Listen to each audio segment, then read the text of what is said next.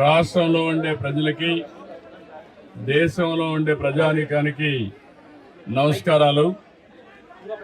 నిన్న జరిగినటువంటి పార్లమెంట్లో జాతికి విద్రోహం జరిగింది, మహిళలకు అన్యాయం జరిగింది.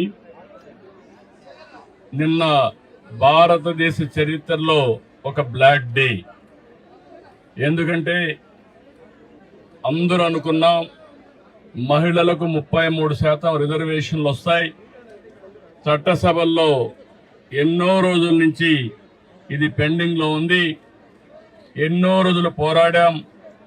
ఇప్పుడు తొందరలో చట్టసభల్లో, అటు పార్లమెంట్లో, ఇటు అసెంబ్లీలో, కౌన్సిల్లో 33% మహిళలు చూస్తామని ఆశపడ్డాం. ఇన్ని పోరాటాల తర్వాత అందరూ కూడా ముందుకొచ్చే సమయంలో నిన్న కాంగ్రెస్ పార్టీ, దాని మిత్రపక్షాలు ఒక విధంగా చెప్పాలంటే మహిళలకు ద్రోహం చేశారు. ఇది జాతి విద్రోహం. భారతదేశ సంస్కృతి మహిళల్ని గౌరవించడం, అన్ని రంగాలలో వాళ్ళని ఆదరించడం. అందుకని ఎక్కడైతే మహిళలు పూజించబడతారో అక్కడ దేవతలుంటారనేది మన సాంప్రదాయం, మన సంస్కృతి కూడా. అలాంటి సంస్కృతి సాంప్రదాయాలకి భిన్నంగా నిన్న జరిగిన ద్రోహం ఈరోజు నిడదవోళ్ళు నిరసన తెలియజేస్తున్నాం.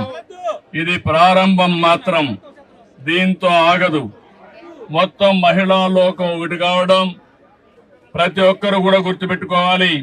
మన ఇంట్లో ఉండే ఆడబిడ్డలను గుర్తుపెట్టుకుని దేశంలో ఉండే ఆడబిడ్డలందరూ పైకి రావాలి, వాళ్ళ ఆత్మగౌరవంతో బ్రతకాలని నినాదంతో మనందరం ముందుకు పోవాల్సిన అవసరం ఉంది. దీనికి కుంటు సాకులు చెప్పారు. నిన్న చాలా స్పష్టంగా చిన్న రాష్ట్రాలకు నష్టం జరుగుతుందని మాట్లాడారు. కానీ ప్రధానమంత్రి గారు, అమిత్ షా గారు చాలా స్పష్టంగా చెప్పారు, దక్షిణాది రాష్ట్రాలకు అన్యాయం జరగదు, అదే మాదిరిగా నార్త్ ఈస్టర్న్ స్టేట్స్ కి అన్యాయం జరగదు, చిన్న రాష్ట్రాలకు అన్యాయం జరగదు. ఇప్పుండే సీట్లతోనే 50% యూనిఫామ్ గా అన్ని రాష్ట్రాల్లో పెంచుతామన్నారు. యూపీలో 50% పెంచితే ఆంధ్రప్రదేశ్ లో కూడా 50% పెంచుతారు. అలాంటి అనౌన్స్మెంట్ ఇచ్చి చట్టంలోని పెడతామని చెప్పిన వీళ్ళు రాజకీయ అజెండా కోసం ఈరోజు ఇలాంటి దుర్మార్గం చేసే పరిస్థితికి వచ్చారు. ఇది చాలా బాధాకరం. నేనైతే 3 దశాబ్దాలుగా దీనికోసం పోరాడుతున్నాం. పోరాడి సాధించుకునే ఈ సమయంలో దీన్ని మారుగా చేయడం అనేది చాలా క్షమించరాని నేరం అని కూడా మరొకసారి తెలియజేస్తున్నా. ఈరోజు ఆ పార్టీలు గుర్తుపెట్టుకోవాలి, ఏ ముఖం పెట్టుకొని రేపు ఆడబిడ్డల్ని ఓటు అడుగుతారని అడుగుతున్నా. ఆడబిడ్డలంటే అంత చులకనని అడుగుతున్నా. అంటే ఆడబిడ్డల్ని ఇంటి వరకే పరిమితం చేయాలన్న అహంకారంతో ఇలాంటి దుర్మార్గమైన కార్యక్రమానికి దోహదం చేశారు. అందుకే నిన్న ఒక విద్రోహ దినం, ప్రతి ఇంటికి తీసుకుపోవాల్సిన అవసరం ఉంది. ఈ రోజు మాత్రం ఇక్కడ ప్రారంభం. నేను స్వచ్ఛ ఆంధ్రప్రదేశ్ ప్రోగ్రామానికి ఇక్కడికి వచ్చినప్పుడు నేను మార్నింగ్ అనుకున్నాం, మిత్రపక్షాల ముగ్గురం కలిసి నేను వచ్చే మునిపే పవన్ కళ్యాణ్ గారితో మాట్లాడాను. ఆయన ఇక్కడ లేరు కాబట్టి వాళ్ళ ప్రతినిధిగా దుర్గేశం గారు వచ్చారు. ఇంకో పక్క మాధవ్ గారు విజయవాడలో ఉంటే ఆయన కూడా వచ్చారు. మా 3 పార్టీలే కాదు, అన్ని పార్టీలు గుర్తుపెట్టుకోవాలి, మహిళల్ని మీరు ఓటు అడగాలంటే మహిళా సాధికారత కోసం మీరు కూడా అడ్డంకులు సృష్టించకుండా ఉండవలసిన బాధ్యత, కర్తవ్యం మీ పైన హెచ్చరిస్తున్నా. ఇది చాలా బాధేస్తుంది. తెలుగుదేశం పార్టీ అయితే 2017లో ఆ రోజే చట్టంలో, మన అసెంబ్లీలో కూడా చట్టం తీర్మానం చేసి పంపించాం. ఇది 3 దశాబ్దాలుగా, ఒకప్పుడు కాంగ్రెస్ పార్టీ ఉన్నప్పుడు కనీసం అసెంబ్లీలో బిల్లు పెట్టలేకపోయారు. అలాంటిది 2023లో బిల్లు ప్రవేశపెట్టారు. కానీ సెన్సస్ చేసిన తర్వాత మళ్లీ దీన్ని అమలు చేయాలని చెప్పి నిబంధన పెట్టారు. కానీ 29కి మహిళలకు రిజర్వేషన్లు చేయాలనే ఆలోచనతో ప్రధానమంత్రి గారు ముందుకొచ్చారు. ముందుకొచ్చి ఈరోజు సవరణ బిల్లు తీసుకొచ్చారు. అలాంటి సవరణ బిల్లుని వీళ్ళు కావాలని డిఫీట్ చేయడం, దానికి దుర్మార్గంగా మనం చూస్తే రాజ్యాంగ సవరణకు 2/2 మెజార్టీ ఉండాలి.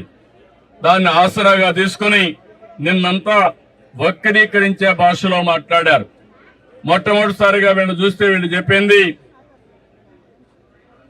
దక్షిణ భారతదేశంలో ఉండే రాష్ట్రాలకు అన్యాయం జరుగుతుందని, నార్త్ ఈస్టర్న్ స్టేట్స్ కి అన్యాయం జరుగుతుందని, దానిపైన బేషరతుగా పార్లమెంట్ లో ప్రజల సమక్షంలో అందరికి అర్థమయ్యేట్టుగా చెప్తే దాన్ని వదిలిపెట్టి ఇంకా లేనిపోని సాకులు పెట్టి బిల్లుని డిఫీట్ చేయడం అనేది చాలా బాధేస్తుంది.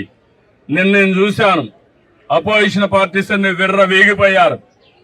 మేము ఇష్ట ప్రకారం చేస్తాం అనే విధంగా ముందుకు పోయారు. అంటే మీరు ప్రజలు ఎన్నుకుంటే చట్టసభల్లోకి వచ్చారు. అలాంటి మీరు ప్రజాహితం కోసం, మహిళా సాధికారం కోసం మీరు చట్టాలు చేయాల్సిందే పోయి మహిళా ద్రోహం చేస్తూ దేశ ద్రోహం చేసే పరిస్థితికి వచ్చారు. ఇది మంచి పద్ధతి కాదు. మహిళలంటే అబలులు కాదు. ఆ విషయం కూడా గుర్తుపెట్టుకోవాల్సిన అవసరం ఉంది. ఈరోజు పంచాయతీల్లో 50% ఉన్నారు, కాలేజీల్లో ఉద్యోగాల్లో 33% ఉన్నారు. ఎక్కడ మహిళలున్నా సమర్థవంతంగా పనిచేస్తున్నారు. అలాంటి మహిళలు చట్టసభల్లో కూడా వస్తే సముచిత గౌరవం జరుగుతుంది, అభివృద్ధి జరుగుతుంది, అందరికీ న్యాయం జరుగుతుందనే ఉద్దేశంతో ఈ బిల్లు తీసుకొస్తే ఎన్నో ఆశలు పెట్టుకున్నారు మహిళలందరూ. మళ్లీ కించపరిచే విధంగా, మహిళల యొక్క ఆత్మాభిమానాన్ని దెబ్బతీసే విధంగా ఈరోజు ఆ బిల్లును డిఫీట్ చేశారు. ఇది క్షమించరాని నేరం. దీనికి నిరసనగా ఈరోజు నిడదవోలులో ప్రారంభం. ఈ ప్రారంభం ముందుకు తీసుకుపోతాం తప్ప వదిలిపెట్టే సమస్య లేదు.